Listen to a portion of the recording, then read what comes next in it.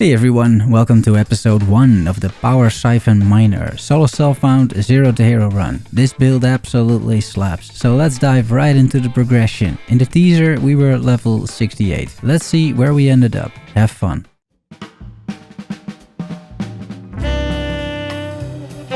Here is our second map and we are squishy. This build right now is a glass cannon. I decided to spend some initial gold gambling with Faustus rather than building up the town. He tends to give out pretty good starter gear. We find that Daresso's Salute good stats, and I love the movement speed on this thing for mapping. To give you an idea on boss damage early on, it looks something like this. He doesn't even transition. Since the spread of the damage is so amazing, content like Blight is also great to do. On the flip side, these mines have to be thrown quite a bit away from you, so content like Ritual is not ideal for this build. I'm still doing it all the time though. We find a small boots upgrade from the ground. There is a new wand as well, and with a small bench craft that's an upgrade too. Bit of coloring, swap in the gems again, activate the auras and we're off to the races. We find a new helm with decent stats, craft cheap life on it and we're done. Find a new shield, a 3-link Arcanist brand with flame wall and sniper's mark, and we do another small bench craft. I found a new ring with good flat damage for power siphon, some resistances, crafted life, and we're getting close to capping resistances. We drop yet again a decent helmet, this time with chaos resistance. We got a new instant life flask and use beast crafting to add bleeding immunity to it. It's a good little bit of crafting tech for SSF. If you have an open suffix you can do this. I start upgrading King's March a bit more, as we are probably playing this event for a while. I'm not going to use Recombinator's though, because I think it's stupid and dumb. What is not stupid and dumb is Ritual, which gives me a 5-link. I'll take a Quartz Flask from the campaign out of the stash to craft it and replace the Onslaught Flask, which doesn't do much for me, as I'm neither using attack or cast speed. A few maps later, Ritual offers even a 6-link, on a good base as well. And that same Ritual offers an interesting talisman with Pierce, that could come in handy. Back to mapping, and killing a Beyond boss gives me a Tainted Fusing. Could come in handy too. Few maps later I drop another from a regular Beyond demon. As I keep leveling, I mainly focus on some defenses, trying to get spell suppression capped. I'm currently at 80%. I find a new wand from the ground with flat lightning implicit, decent flat cold damage, so with a craft flat lightning prefix this is a huge upgrade compared to my previous wand. I'm taking idols a lot more seriously as well this time, only keeping what is good and trading in surplus idols. I'm starting to really develop a feel for this in SSF. From Betrayal I'm getting new gloves, and after the Unveil and the Benchcraft another decent upgrade. I'm still not ailment immune, including freeze immune, so while being chased by 15 ritual balls I open a strong box, get frozen, surrounded and balled to death. I finally saved up enough to buy me that 6-link. Using the few essences I gathered, because it's still early endgame, I get this result. It's decent, life, some res, some defenses. Let's use some armorer scraps, a few Eldritch implicits, hoping to get lucky, which we don't, and then a benchcraft for resistances. Slot back in the gems, including the one I leveled in the offhand, and we're now fully operational, very early in the endgame. From a Blight I get my first Divine Vessel, soon to be used. From Betrayal, this ring, and after Unveiled flat elemental damage and with crafted life this is a great upgrade.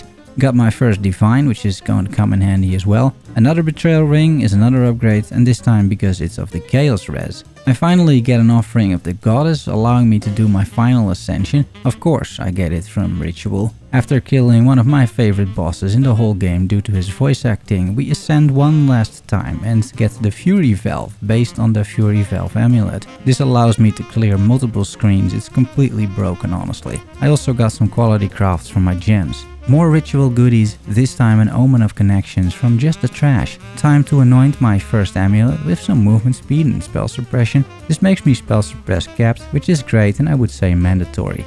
If you want to see the damage on a 3-boss Maven invite for some reference at this point, here you go.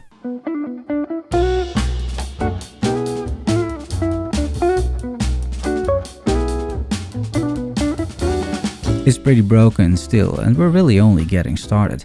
Map clear is just as impressive, as you can see from this little clip. It just changes, pierces and bounces everywhere, and I love the default NTX of this skill as well. It's time to replace my low level flasks with some higher level flasks, because you can roll better mods on those. I still don't have enough currency to fully automate them however. Here's a little map vendor trick in SSF, the 3-to-1. To get some maps you have to get complete. We keep on ritualing, this time getting 2 out of 6 cards for an level 3 Enlighten. I'm not doing Harvest, there's no gambling, but who knows, we might complete this set one day. At this time, I've also set up a double safe house strategy for some extra scarabs and crevicious in transportation for full stacks of divination cards, such as this one, the Poet's Pen. I find my first useful unique idol, the ritual one. This one is amazing for some cheap rewards. We find a good abyss jewel with very decent stats for our build. It's time therefore to grab a few jewel nodes to ensure we can use this one plus a few others. Let's do the divine vessel recipe, 1 divine orb, 5 normal flasks for 5 divine vessels. And we use these to get some pantheon upgrades. A new ring almost caps my chaos res, and as you can see, elemental resistances are quite overcapped. Not a bad thing though, gives me some space later on. Some more betrayal boots are a decent upgrade as well. I drop another amazing one from the ground and then decide to craft spell damage on it as it scales a lot with power siphon. Ritual keeps on giving, this time a 2120 volatile support, which is exactly what I need. Talking about gems, it's time to swap the other ones for 20% quality support gems.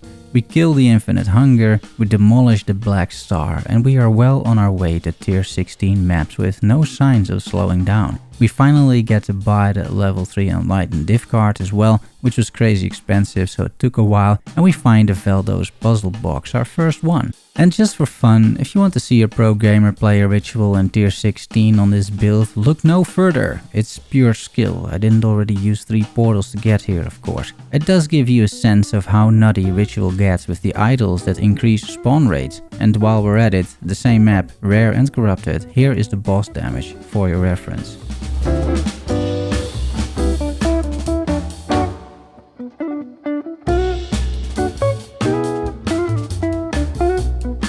Both Searing Exarch and Eater of Worlds bite the dust, and we have fully made it to endgame farming. The tier 14 to 16 maps are smooth, the character is not very tanky, but I do so much damage, there's very little opportunity for monsters to do anything. I can finally buy that volatility, which is a great upgrade. I keep trading idols, and I feel I got a little lucky this run, because the destructive play unique idol actually dropped, allowing me to properly farm Maven bosses down the line.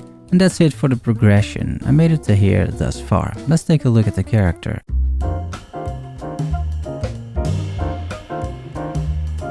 I am level 92, 3.6k health. Offensively, I'm almost hit capped. In the PoB it says 98%. I'm crit capped also 98%. Defensively, spell suppression capped, resistance capped, very close to chaos resistance capped, only 26% block chance, chill and freeze immune and decent movement speed. I have 6 power charges and 3 frenzy charges, but no endurance charges yet. Let's do a proper overview of the skills. Our main skill is Power Siphon, an attack skill that scales with spell damage at 150% and with power charges. It is supported by added lightning damage, that 2120 volatility that we found, elemental damage with attacks, charged mines providing frenzy and power charges, and locust mine turning Power Siphon into a mine skill. In the wand we automate detonation for the mines, and we have Wrath Aura. In the helm, Precision, Frostblink and Grace. The shield has Arcanist Brand, which casts Sniper Mark and Flame Wall for additional added damage to projectiles. The gloves have an Immortal Call, cast when damage taken setup, plus Arrogance linked to Clarity for a little bit of mana regen. I'm not sure this is necessary, honestly. And finally, the boots with Shield Charge supported by faster casting and life tap, plus a low level Vitality because I have some extra mana. For gear, we have a very decent wand, I would say. Helm has life and resistances, shield, the same thing. 6 linked body armor, the same thing. Gloves and belt, the same thing. Rings and amulet, the same thing. Boots have movement speed and some spell suppression though. My gear is completely evasion based, allowing me to take some passive notes, plus it makes for an easier loot filter. I'm hiding any base that isn't evasion energy shield. Flasks are not automated, but they're okay. They give charges on crit, which I think works, plus some bleeding immunity, movement speed, reduced curse effect and increased evasion. The passive tree, I will dive a bit more into this time, as I'm not following a guide anymore that I can point you to. Normally you play this as a trickster, but now you're a scavenger, so your starting point is different. You get a few more jewels along the way and passive points, that's a bonus. We take this reservation wheel evasion, which gives me spell suppress due to gear. The movement speed is kinda nice as well, although in endgame I will get rid of it. We have still piercing shots, although I think with the Fury Valve Ascendancy and the crafted single pierce on gloves, we may do enough damage to respect this. I still have this entire section allocated, but I have to do some PoE tinkering and figure out if I can allocate these points more effectively. I also have a good number of spell suppression nodes, but as I will get better gear, those won't be necessary either. All that's left is take a quick look at the jewels. I think ideally you get a bunch of searching eye jewels. This one is already quite good for flat damage. The other jewels are more generic, but it is the best I've got right now. A bit of life, crit multiplier and even some resistances. I will post the PoB as well, of course. Right now, this build is so smooth. I'm really looking forward to a significant endgame grind. If that appeal lasts, I will keep making videos. You'll get at least one more because I still have a lot I want to do. I'm not great at path of building, and if I make mistakes in the PoB, please let me know, but with my limited knowledge and assuming that 4 power siphons hit a single target, which I think is fair, I do around 6 million DPS, and it definitely feels like that as well, so I'm pretty sure this number is close enough to the real value. I'm not trying to sell you on the build, it's not mine anyway, and it's so self-found. It's just to provide a bit of context. The effective health pool of 30,000 is probably correct. This build is not very tanky, although you can likely take one hit, just one. But most of all guys, I hope you had a good time watching this one. Let me know what you think. Also, let me know if you have any suggestions or if I made any errors. Subscribe and like for more PoE SSF content. Thanks for watching and making it to the end. Love you all. See you soon. Bye bye.